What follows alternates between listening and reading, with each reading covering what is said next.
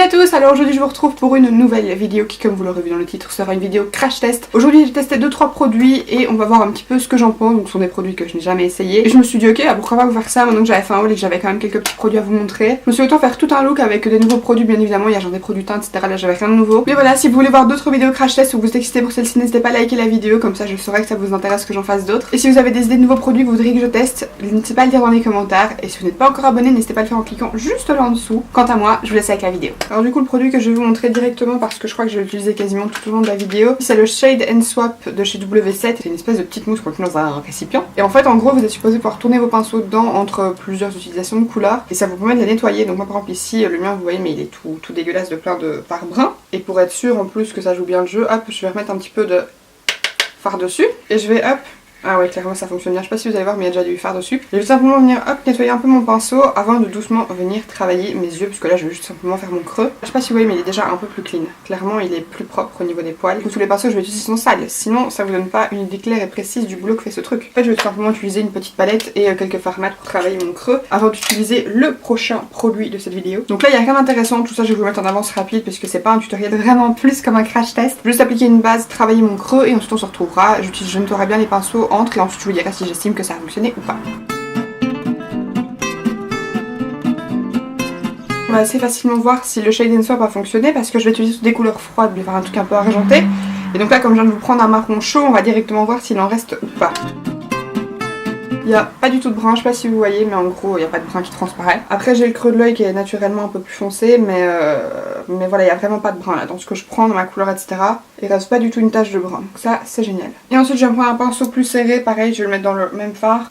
Je crois que vous voyez qu'il y en a dessus et hop, de nouveau je vais un peu le tourner sur mon petit truc. Donc c'est super simple, hein. Je viens juste poser mon pinceau et je tourne, j'appuie pas trop non plus, le but c'est pas d'abîmer mon pinceau. Du coup maintenant je vais prendre juste la couleur juste au-dessus avec toujours le même pinceau là que je viens de frotter et je vais tout simplement venir recreuser mon creux de manière un peu plus précise.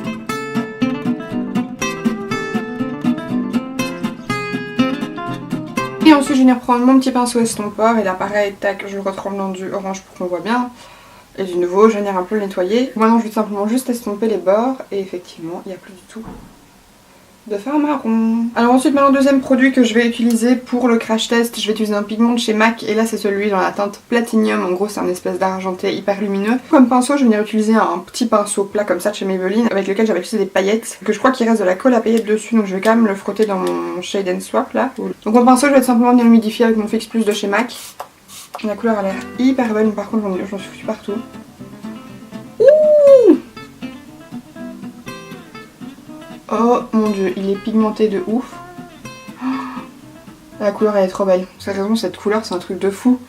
Il y a de quoi presque aveugler quelqu'un avec tellement c'est lumineux, c'est un truc de malade. Ok, alors clairement c'est pigmenté de fou. Je suis habituée à utiliser des pigments donc je sais que forcément c'est beaucoup plus pigmenté qu'un fard classique. Mais là quand même franchement il est vraiment saturé en pigment, il est hyper intense. Et quand vous l'appliquez vous avez directement de la couleur quoi, c'est pas en transparence malgré que mon pinceau soit bien humidifié. Alors maintenant que je viens d'appliquer je vais juste venir estomper un peu les bords. Mais pendant que j'estompe j'ai deux trucs à dire sur ce pigment. Première chose c'est que si vous voulez avoir un aspect métal en fusion du style argent en fusion sur vos paupières, c'est ça qu'il faut. Deuxième chose, c'est un pigment que je trouve un petit peu plus compact que les autres et la meilleure preuve c'est que j'ai pas du tout eu de chute en fait. Alors que la plupart du temps j'en ai. Maintenant je vais juste prendre un petit peu de l'argenté ici foncé qui est là et je vais l'appliquer juste au niveau du coin externe pour un peu finaliser le tout. Ok, alors maintenant que ça c'est fait, je vais juste venir un peu faire mon teint et ensuite on passera à mon ras de cils inférieur et on se retrouve à ce moment-là parce que là on va en avoir pour 50 ans. Maintenant que ça c'est fait, on peut passer à un troisième crash test. J'ai acheté le crayon Brow Artist Expert de chez L'Oréal, c'est fait partie de leur nouveauté et j'ai pris la teinte la plus foncée qui est la teinte Ebony. C'est un crayon avec un petit goupillon et vous savez c'est les crayons un petit peu biseautés, un peu sous forme de triangle. Je sais pas si vous vous souvenez mais dans une de mes anciennes vidéos favoris, je vous avais montré dans une vidéo de produit terminé le crayon de chez Sleek qui est genre le Brow Stylist je crois. Mais en gros c'est le même genre de crayon. J'ai swatché les deux sur ma main. Question finie etc. Ça a l'air d'être la même chose donc ça me fait super plaisir parce que je crois que le Sleek était juste bien pigmenté mais pas trop gras. Sauf que celui-ci est plus foncé. Comme en ce moment je suis à fond dans les sourcils très foncés. D'ailleurs je crois que je suis même très décidée à aller me chercher la Deep Brow Pomade en teinte Ebony, la même teinte que ce crayon. Mais je vais d'abord tester celui-ci. Ça fait super longtemps que je me suis plus fait les sourcils au crayon. Ça va vraiment être un crash test de fou parce que je n'ai plus du tout l'habitude. Je fais ça avec ma Deep Brow Pomade et ma Brow Pomade de chez Allure tous les jours. Donc je suis plus habituée donc on espère que ça va bien fonctionner. Je crois pas trop que je dois vous zoomer, je pense que vous êtes assez près. Mais en gros je vais commencer par là où je commence toujours, c'est-à-dire ici. J'ose pas appuyer trop fort parce que j'ai peur que ce soit trop pigmenté. C'est pas aussi facile de faire mon arc comme j'aime bien avec un crayon qu'avec un pinceau. Je sais pas si vous voyez, mais en fait j'arrive pas à le remplir de manière sans faire de patch en fait. J'ai l'impression que j'arrive pas à l'appliquer de manière vraiment nette. Et là on va arriver à la partie amusante, à savoir le coin interne de mes sourcils avec lequel je galère tous les jours. Surtout qu'en plus vous voyez que mes sourcils en gros ils s'arrêtent là. Et moi les miens j'ai fait mieux jusqu'ici. Donc là c'est toujours un petit peu la partie un peu... Je sais pas si vous allez voir quand je me rapproche, mais il fait quand même des petits paquets. Mais je vais estomper tout ça avec le goupillon, on va voir ce que ça donne. Vous voyez que mes sourcils, je les continue vraiment loin. Celui-là, franchement, il continue un peu plus. Mais donc je vais d'abord brosser un petit peu la fin de mon sourcil, histoire d'un petit peu plus répartir le produit et pouvoir le mettre en forme et de voir si je l'ai assez rempli ou pas. J'ai l'impression que je l'ai pas assez fait. Pour vous, ça paraît sûrement vachement fort, mais... bon, en vrai, c'est pas le cas. Alors, par contre, il s'estompe super bien. Ok, alors clairement, il faut que je revienne avec une espèce de deuxième couche, genre au moins ici, à la jonction entre mon vrai sourcil, entre guillemets, et la tête que je veux faire un peu plus disparate. En fait, j'arrive pas à avoir un beau fondu, un peu fondu. Je sais pas si vous voyez quand je me rapproche, mais ça fait pas très net, quoi. Ça fait pas net, et moi, j'aime bien avoir mes sourcils vraiment nets de ouf ces derniers temps, donc... ouais, voilà. Et dès que j'essaie d'avoir quelque chose de net et que j'ajoute un petit peu de pression, ça me fait un petit paquet. Ok, je crois que je vais m'arrêter là pour ce côté-ci. En caméra, ça me paraît hyper orange. En vrai, ça me paraît hyper rose.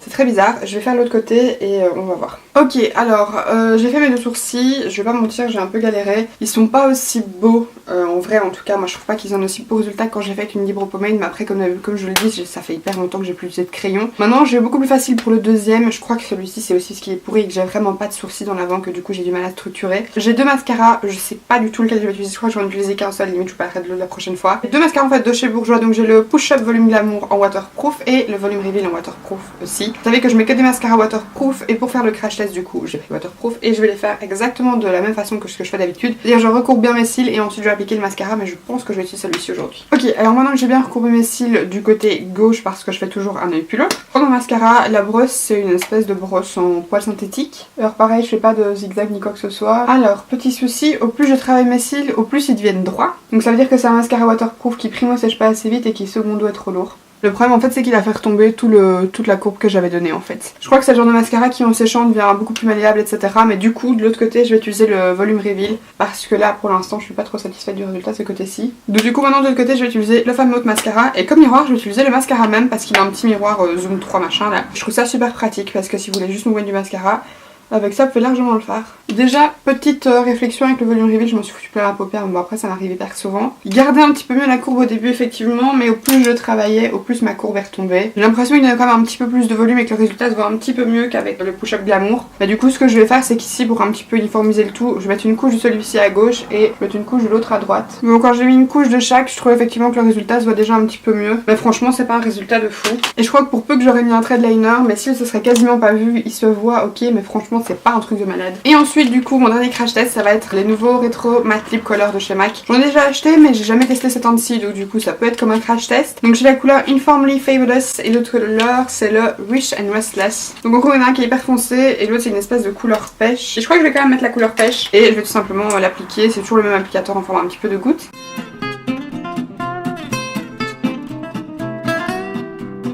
Ok alors là comme j'ai du gomme en dessous j'espère que ça va sécher bien mat sinon je vais dans la merde. Et alors la couleur du rouge à lèvres est voyante de fou, je suis pas certaine que ça aille hyper bien avec les yeux mais on va dire que ça va. Et en gros maintenant on se retrouve pour un petit peu le récapitulatif de tous les produits, vous dire un peu ce que j'en pense etc. Alors le Shade & Swap de chez W7, gros coup de cœur. Je crois même que c'est presque mon produit préféré de la vidéo, ça fonctionne super bien, ça prend bien les couleurs, il vous reste plus rien sur votre pinceau. Et si vous êtes comme moi du style à bien aimer vous maquiller un peu dans tous les genres et du coup vouloir faire un smoky violet un jour et puis le lendemain vous maquiller hyper léger, sauf que vous aimez utiliser les mêmes pinceaux tout le temps, ça vous fait chier à chaque fois de devoir les laver etc.